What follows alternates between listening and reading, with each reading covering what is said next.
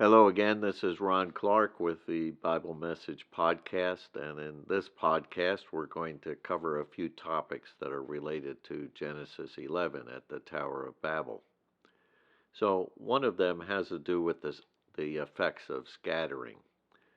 Whenever people, individuals, or groups are basically driven away from a certain area or they separate themselves, there are things that are lost. And in particular, technology is lost. Now, you may recall from our studies in the first several chapters of Genesis that uh, metalworking and music were developed during that time. So Noah and his sons would have known about some of that. So, um, did they use nails in the ark or not? Not sure about that, but it's possible. And but they did use, the gopher wood, and then the pitch, which was the sticky tar that would waterproof it, but also keep things together. In addition to whatever the fasteners were, whether they used the wooden pegs or some sort of nail or something like that. Uh, we don't know all those details, but the scriptures say that metalworking and uh, some things of agriculture, but also of music, were already invented and used before the flood, and Noah and his sons would have passed on whatever they knew. But after the tower, when people scattered all over and they were driven away from each other, they would lose things. So uh, I've spent a good part of my life just trying to learn how to grow a garden successfully. And we've had some successes, but I don't consider myself a master gardener, okay, because uh, that information is something that some people have that I didn't get all of it. I've learned it over a period of years. And that just illustrates how knowledge and technology get lost. And this leads to people who are basically refugees, or they're um, just uh, going from place to place. They would have to be hunter gatherers. If they didn't settle somewhere to plant crops, then they would just be wandering around trying to find what they could to eat and things like that. They would uh, learn to do animal um, husbandry with cattle and sheep and things like that. And these people groups would have done that. Uh, Interesting enough, how many of us know how to domesticate an elephant like they do it in India? Just an example, I don't have elephants down the street, in our country that we use that way. So that whole realm of information gets lost. And this is what happened after the flood. And this actually explains some of the very primitive conditions in which people are living. I mean, when you're basically on the move away from something in a small group, you're basically camping in very primitive conditions. And in some cases, it gets very primitive because of how much is lost. And we love these stories about being lost on an island or somewhere in the jungle, and then you have to survive being there. And even when you're with a group, it's a challenge to survive. And you have to think through how this would happen after the flood and the scattering of these peoples so that you have a decline of the living standards that they live with. You also have in some cases, there would be a decline in the genetic strength of the group. Not only the genetic adaptation of specialized skin color or eye shape or hair texture, all those things would develop over a rather rapid period of time, but also whatever they lost and then whatever they could get back.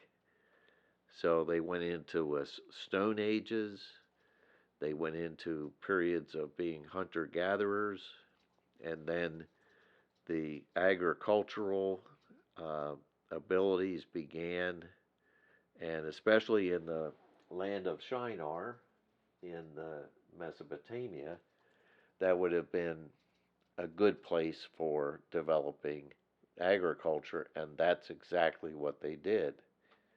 You have other river civilizations that started early because of the agriculture, and then as they developed their uh, organization and government, they would develop their civilization. You have Egypt on the Nile. It, it's said that the Nile is Egypt because that's where they lived. And over in the Indus River Valley in India, some other civilizations began, and so forth around the world. But there are things lost, and also you have these genetic developments, and some of them are wonderful and they're part of God's creative design, but there's some that end up being detrimental. In fact, uh, humanity has been devolving even over the centuries since the flood. And we see that in the decline of the ages that people live. And it's important to just recognize how this all fits together and just demonstrates what the Bible teaches about these principles.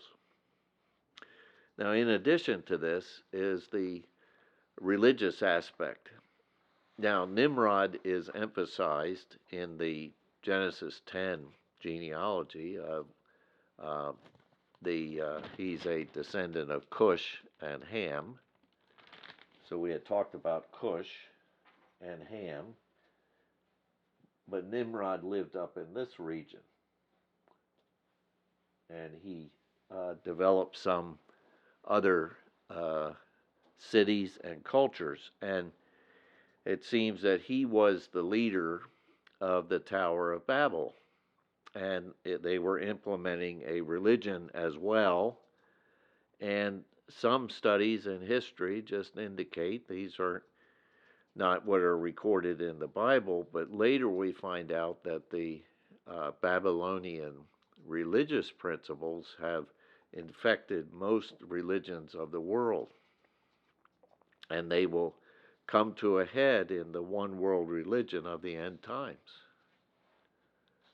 So, Nimrod, his name, is the basic root of the god of Babylon, and that name is transliterated into English as Marduk, and many scholars identify Marduk with Nimrod.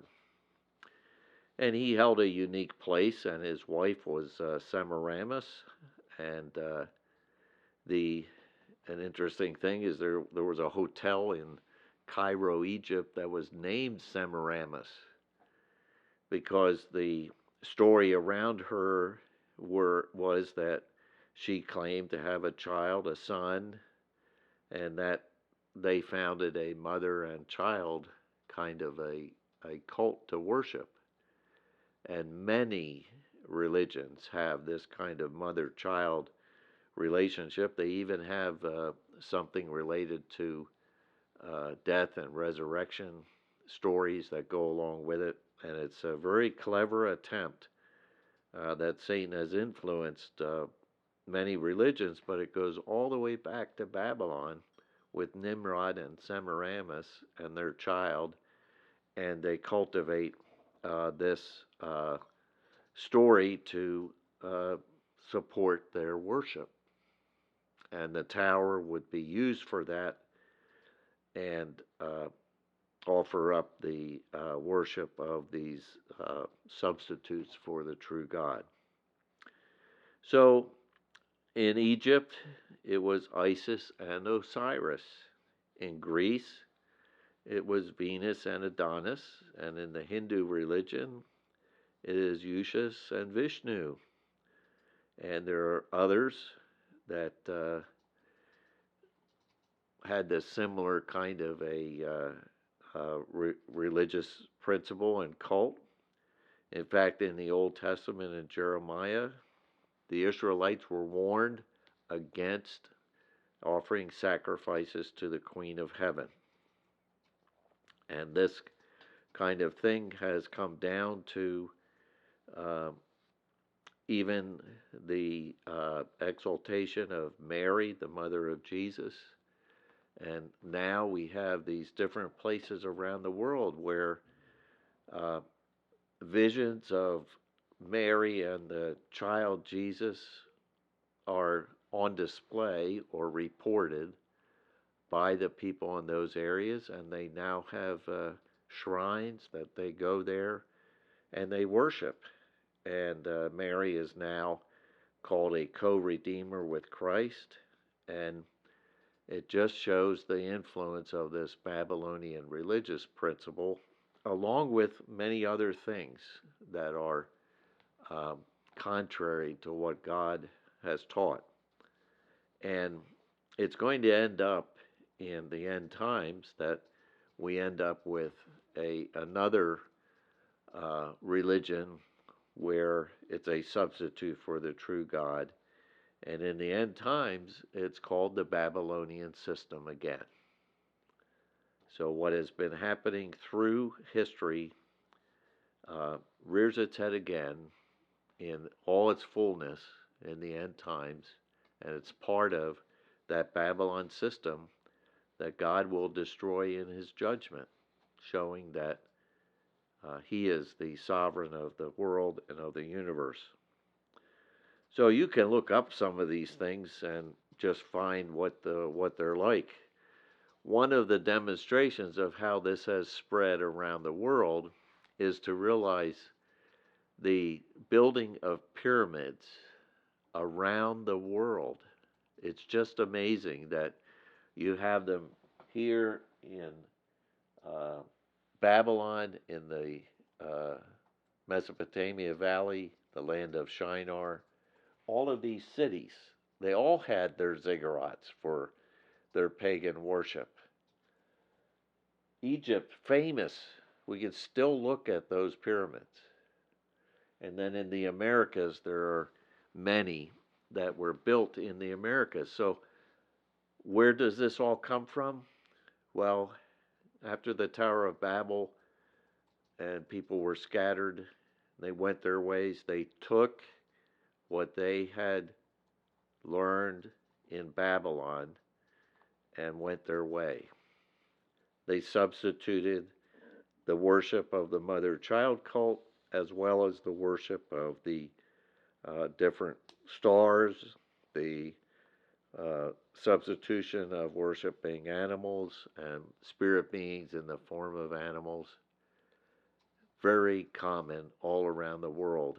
And that one thing that is notable is that the pyramids have appeared all around the world. It's just an amazing development that way.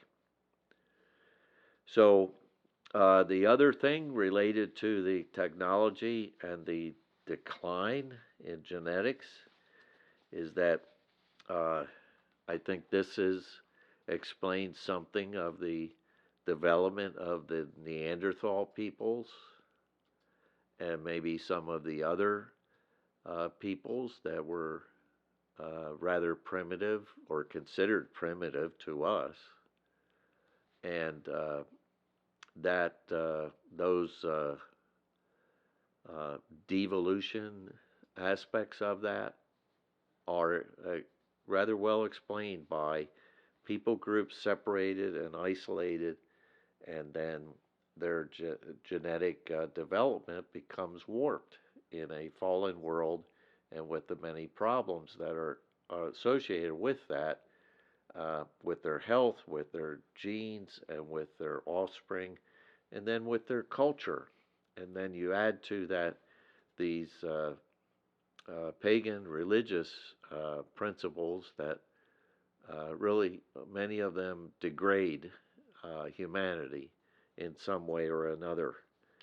So, for your thinking, you think through that and look at how those principles would apply even in the world today, and then it'll just help with understanding how these things happen. And you just think about yourself. What is it that I know that I could live with, by, or with if I was isolated on an island or in a region that I would just have to settle there? Maybe I have my family with me. What would that be like? And we've had stories about it, the recent movie, The Castaway, and then roughly based on Robinson Crusoe, and then Swiss Family Robinson, and some of these other adventures. Um, I've always considered them a wonderful adventure to try to figure out. But what would you do? What would you know that you could survive? That challenge would just help you to understand what happened after the flood with many of these people groups, especially after the Tower of Babel. Because you couldn't go over the mountain to the next valley and then talk to somebody who wasn't speaking your language. In fact, they would probably defend themselves against you as a stranger. So think it through this way. The Bible helps us understand that after the flood.